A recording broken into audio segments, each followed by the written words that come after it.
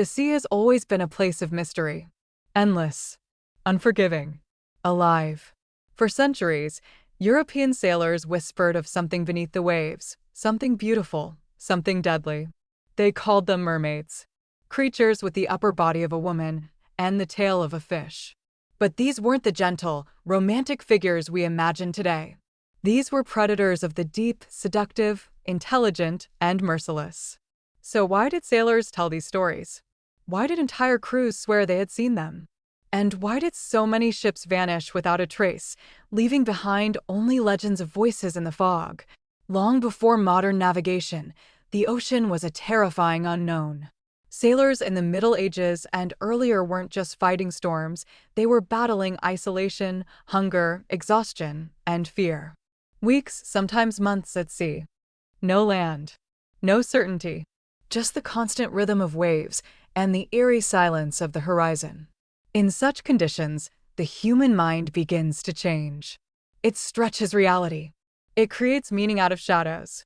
And, sometimes, it sees things that aren't there. But the stories were too consistent to ignore. Across Europe, from the rocky coasts of Ireland to the icy waters of Scandinavia, sailors described the same thing. A figure in the water. Long hair, shimmering skin, and eyes that seemed almost human. They sang, not songs of joy, but something deeper. Something hypnotic. Something that pulled at the very core of a sailor's soul. This idea wasn't new. In fact, it traces back to ancient mythology.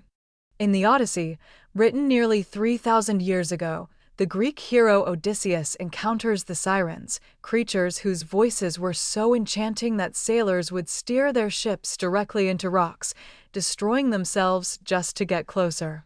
Odysseus had to be tied to the mast of his ship just to survive their call. Over time, these sirens began to merge with another image, the mermaid. And in European folklore, the two became one. But these weren't just myths told for entertainment. They served a purpose. A warning. The ocean was dangerous. Hidden rocks, violent storms, unpredictable currents, any of these could destroy a ship in seconds. But how do you explain such sudden, mysterious disasters in a time without science? You give the sea a face. You give it intention. You say, something wanted this to happen. And so, mermaids became the explanation. Imagine this. A thick fog rolls over the water. Visibility drops to almost nothing. The crew is tense. Then, through the mist, a sound. Soft at first, then clearer. A voice. Singing. It's beautiful. Too beautiful. It doesn't sound like the wind, or the creaking of the ship, or anything natural. It sounds human. And that's what makes it so dangerous. Sailors begin to follow it. Unconsciously. The ship drifts. The current shifts. And before anyone realizes what's happening, crash. The hull tears open on hidden rocks. Water floods in. Panic erupts. And within minutes, the ship is gone. What caused it? The fog? The rocks? The current? Or something in the water? Over time, these experiences turned into stories. Stories passed from sailor to sailor, port to port, generation to generation. Each retelling added detail, added fear, added belief. But there may have been something else at play, something real. Many historians and scientists believe that sightings of mermaids were actually misidentified animals, creatures like manatees or dugongs. From a distance, in low light, with a tired and dehydrated mind, a manatee's shape could appear strangely human. Its slow movements, its large eyes, its silhouette in the water.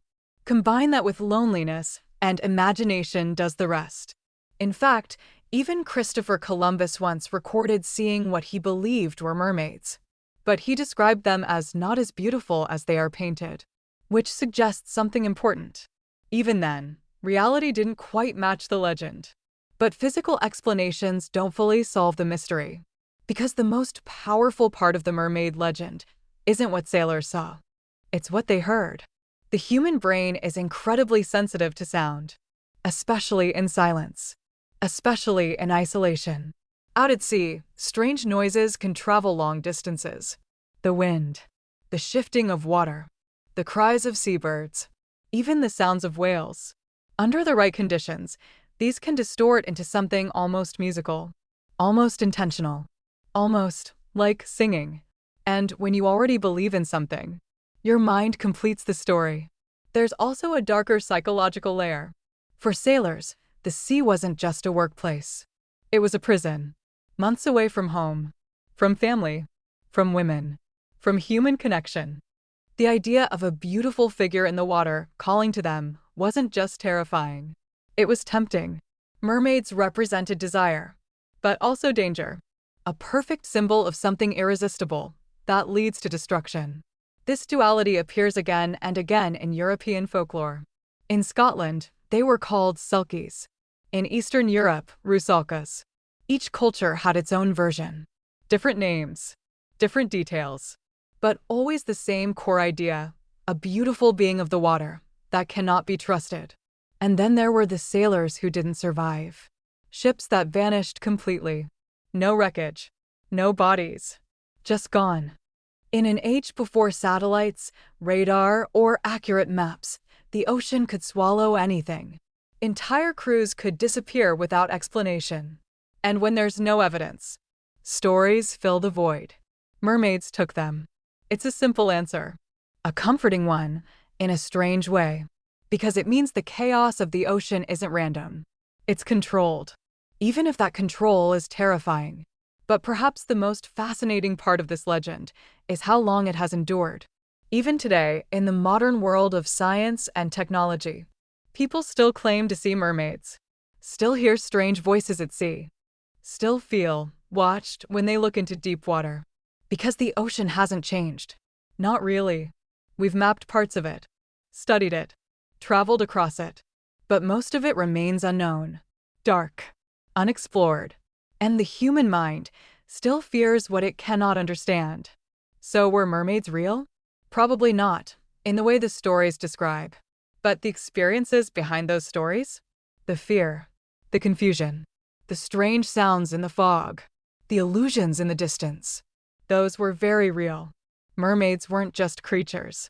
They were a way to explain the unexplainable, a way to give shape to fear, a way to turn the vast, indifferent ocean into something personal, something that could see you, something that could call your name, something that could lure you in. And maybe that's why these stories still haunt us. Because deep down, we know that if we were out there, alone, surrounded by nothing but water and silence, and we heard a voice calling from the dark, we might follow it too, even if it meant never coming back.